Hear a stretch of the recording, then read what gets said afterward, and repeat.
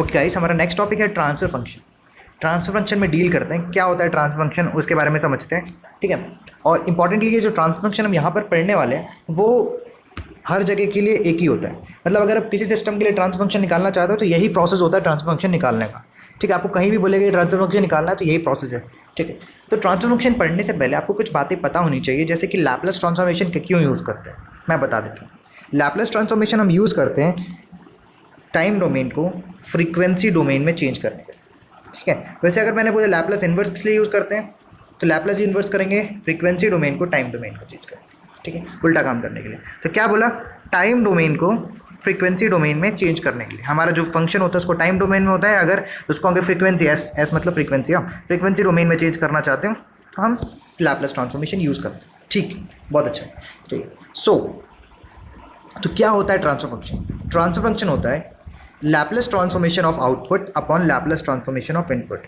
तो क्या बोला, Laplace transformation of output upon Laplace transformation of input, मतलब वाई ऑफ एस आउटपुट है अपॉन इनपुट, ठीक है, ठीक है। अच्छा, एक बात इंपॉर्टेंट क्या रहा कि लैपलेस ट्रांसफॉर्मेशन और आपने डायरेक्टली वाई ऑफ एस लिख दिया, ऐसा कैसे? लैपलेस तो लो यार, तो लैपलेस लेके लिखा हुआ है कैसे कि पहले ये सिग्नल एक्स ऑफ टी में था और वाई ऑफ टी में इसका आउटपुट मिला है, तो इसको लैपलेस करा मैंने तो एक्स ऑफ एस बन गया और वाई ऑफ टी का लैपलेस किया तो वाई ऑफ एस बन गया। सो हमारा जो ट्रांसफर फंक्शन हो गया वो कुछ ऐसा दिखने लगा, y of S upon x of S, ठीक है। तो मतलब अगली बार से ट्रांसफर फंक्शन करना है तो लैपलेस ले लो आउटपुट अपॉन इनपुट का, ठीक है, ओके। तो मतलब आउटपुट अपॉन इनपुट क्या होता है, ट्रांसफर फंक्शन होता है, ठीक ठीक, बहुत बढ़िया। इसमें एक कंडीशन होती है, आप यहाँ पर कंडीशन अपने कॉपी में लिख लें। कंडीशन ये होती है कि कंडीशन होती है provided initial conditions are zero, मतलब कोई भी इनिशियल कंडीशंस नहीं होनी चाहिए इसके अंदर, तभी ये डिफाइंड है ट्रांसफर फंक्शन, ठीक है। तो अगर आपको कहीं भी ट्रांसफर फंक्शन की डेफिनेशन बोलनी है तो आपको बोलना है Laplace transfer function is the ratio of Laplace transformation of output upon Laplace transformation of input initial provided initial conditions are zero, ठीक है, provided initial condition are zero, ठीक है। ऑब्वियस सी बात है एलटीआई सिस्टम के लिए हम ये सब बातें करते हैं, ठीक है। तो ये हो गया लैपलेस ट्रांसफॉर्मेशन के बारे में। और लैपलेस ट्रांसफॉर्मेशन पे और भी बातें करते हैं, जैसे कि एस डोमेन में जल्द होता है, ये डिफाइन एस डोमेन में होता है, टी डोमेन में लैपलेस ट्रांसफॉर्मेशन हम जनरली डिफाइन नहीं करते, ठीक है। और ये बेसिकली सिस्टम के बिहेवियर को बताते हैं। आगे चल के आप समझोगे, जब आप पोल्स पढ़ लोगे, जीरोस पढ़ लोगे, टाइप्स ऑफ सिस्टम पढ़ लोगे, तो आपको ये समझ में आना स्टार्ट हो जाएगा कि भाई साहब ट्रांसफर फंक्शन कितना ही इंपॉर्टेंट है, ठीक है। ट्रांसफर फंक्शन से आप बिहेवियर बता सकते हो सिस्टम का। सिस्टम का बिहेवियर मतलब कैसे कह सकते हो, स्टेबल है कि नहीं है ना, वैसा हो रहा है, ओके। इस डायग्राम को अच्छे से समझते हैं, ठीक है, इसमें क्या क्या टर्मिनोलॉजीज हैं समझते हैं अच्छे से, ठीक। उससे पहले आप एक बात बताइए मुझे कि यहाँ पर लेटर से मेरे पास जी ऑफ एस एक वो है कंट्रोलर है और आपने इनपुट दिया C of R of S, sorry let R of S दे दिया, ठीक है। आपको आउटपुट में क्या मिला, सी ऑफ एस मिला आउटपुट, ठीक है, आपने आउटपुट निकाल लिया।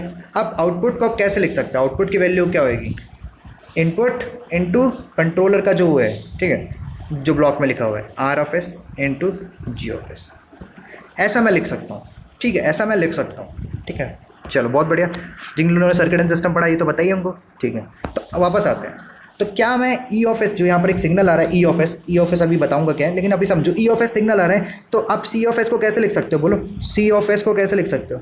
लिख सकता हूँ ई ऑफ एस जो सिग्नल अंदर जा रहा है इंटू जी ऑफ एस जो ब्लॉक है, क्या ऐसा मैं लिख सकता हूँ? हाँ लिख सकता हूँ, ठीक है। अगर ऐसा लिख सकता हूँ तो हमारी पहली इक्वेशन तो ये बन गई हुई है, पहली इक्वेशन तो ये बन चुकी है, ये देखो ये बन चुकी है, C of S equals to G of S into E of S, ठीक है। जैसे ही आपने पहली इक्वेशन बनाई उसके बाद हमें देखना पड़ेगा कि यहाँ पर एक ब्लॉक बना हुआ है, ये है समिंग पॉइंट, इसको हम बोलते हैं समिंग पॉइंट। समिंग पॉइंट का काम क्या होता है, अलग अलग सिग्नल्स आते हैं और उतना जितना आता है उतना जाता है, ठीक है।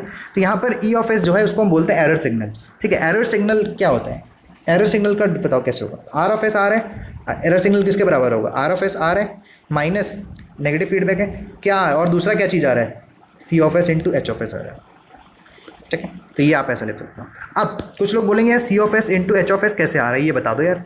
अगर ऐसा आपको समझना है तो आपको एक बात समझनी पड़ेगी, क्या समझनी पड़ेगी ये बात आपको, कि यहाँ से क्या एक सिग्नल आ रहा है, इस ब्लॉक पे क्या आ रहा है, सी ऑफ एस आ रहा है इंटू क्या ब्लॉक है, एच ऑफ एस है, यही तो है जो सिग्नल आ रहा है, यही तो यहाँ पर इनपुट जा रहा है ना, तो इसलिए लिखेंगे हम C S into H of S, ठीक है। तो हमारे पास दो इक्वेशंस आ चुकी हैं हमारी, एकदम बढ़िया से आ चुकी हैं। और हमें एक बात भी पता है कि ट्रांसफर फंक्शन हमें निकालना है, और क्या निकालना है हमें, ट्रांसफर फंक्शन निकालना है। और ट्रांसफर फंक्शन निकालने के लिए हमें पता है CS अपॉन RS करना होता है, आउटपुट अपॉन इनपुट करना होता है। ठीक है, आगे बढ़ते हैं। ठीक है, तो हमारे पास दो इक्वेशंस हैं और हम क्या करने वाले हैं, जो ES की वैल्यू है उसको हम इक्वेशन 1 से उठा के इक्वेशन 2 में डाल दें हमारे। ठीक है, तो E की वैल्यू क्या है, ये गंदगी है R minus C into H, यही गंदगी है। ठीक है, तो इसको उठा के हम कहाँ डालने वाले हैं, कहाँ डालने वाले हैं, यहाँ डालने वाले हैं। ठीक है, तो डाल देते हैं, चलो इसको डालो। डालने के बाद मल्टीप्लाई किया इसको इससे पूरा, तो ये बन गया GS into RS minus GS into CS into H। ठीक है, अब देखो हमें बेसिकली हमारा प्राइमरी टास्क क्या है कि हमें ट्रांसफर फंक्शन निकालना है, और ट्रांसफर फंक्शन क्या होता है, CS अपॉन RS। तो कैसे भी करके CS अपॉन RS बनाना है। तो कैसे बनाएंगे, तो कॉमन लेके बनाएंगे, ऑब्वियस सी बात है। तो एक काम करते हैं, ये जो नेगेटिव वाली क्वांटिटी है उसको इधर भेज देते हैं। नेगेटिव वाली क्वांटिटी जो है उसको मैंने इधर भेज दिया, इक्वल्स टू इधर भेज दिया। इक्वल्स टू इधर जाने में क्या बन गया, CS GS CS H equals to GS RS। ठीक है, ठीक है। अब इन क्वांटिटी में से क्या कॉमन लिख रहा है तुम्हें, CS दिख रहा है कॉमन, हाँ यार CS दिख रहा है, मैं CS कॉमन ले लिया, तो गंदगी बची 1 प्लस GS H। ठीक है, और इधर क्या बची GS RS। अब देखो, अब आपको यहाँ समझ में आना दिखना स्टार्ट हो गया होगा कि अब मैं आसानी से CS अपॉन RS बना सकता हूँ। कैसे बना सकता हूँ बताओ, CS इधर है, RS को नीचे भेज दूँ, RS को नीचे भेज दूँ, तो यह हमारा CS अपॉन RS बन गया, जो कि होगा GS upon 1 plus GS H। ठीक है, ओके, पेन लगाइए, डेरिवेशन है, आराम से हो जाएगी, इजी है, कुछ नहीं है, हल्का सा मेथड सा दिमाग घुमाना पड़ेगा, हल्का से यहाँ पर देख लिया आपने। ठीक है, तो हमारी जो इक्वेशन आई है CS ट्रांसफर फंक्शन की, वो ये आई है, क्या आई है, CS upon RS equals to GS upon 1 plus minus GS upon S। ठीक है, यहाँ पर हम इंट्रोड्यूस कर रहे हैं प्लस माइनस। अब ये प्लस माइनस क्यों लिखा, क्योंकि ज़रूरी नहीं है कि पॉजिटिव फीडबैक ही हो या नेगेटिव फीडबैक ही हो, कोई भी हो सकता है ना। तो हमने एक अपना कंडीशन बना लिया, प्लस माइनस लिख दिया। ठीक है, अब कब प्लस होगा कब माइनस होगा ये समझिए, कब प्लस होगा कब माइनस होगा ये समझिए। जब नेगेटिव फीडबैक होगा तो आपको क्या लिखना है, प्लस लिखना है, उल्टा काम करना है। और जब पॉजिटिव फीडबैक होगा तो आपको क्या लिखना है, माइनस लिखना है। ठीक है, और अच्छे समझते हैं, और अच्छे समझते हैं। देखो ये बताओ कौन सा फीडबैक है, आपको यहाँ प्लस दिख रहा है तो आप बता दोगे अरे यार ये तो पॉजिटिव फीडबैक है, और पॉजिटिव फीडबैक है तो अब यहाँ पर कौन सा साइन आना चाहिए, माइनस आना चाहिए। तो याद कर लो, पॉजिटिव फीडबैक में नेगेटिव साइन, नेगेटिव फीडबैक में पॉजिटिव साइन।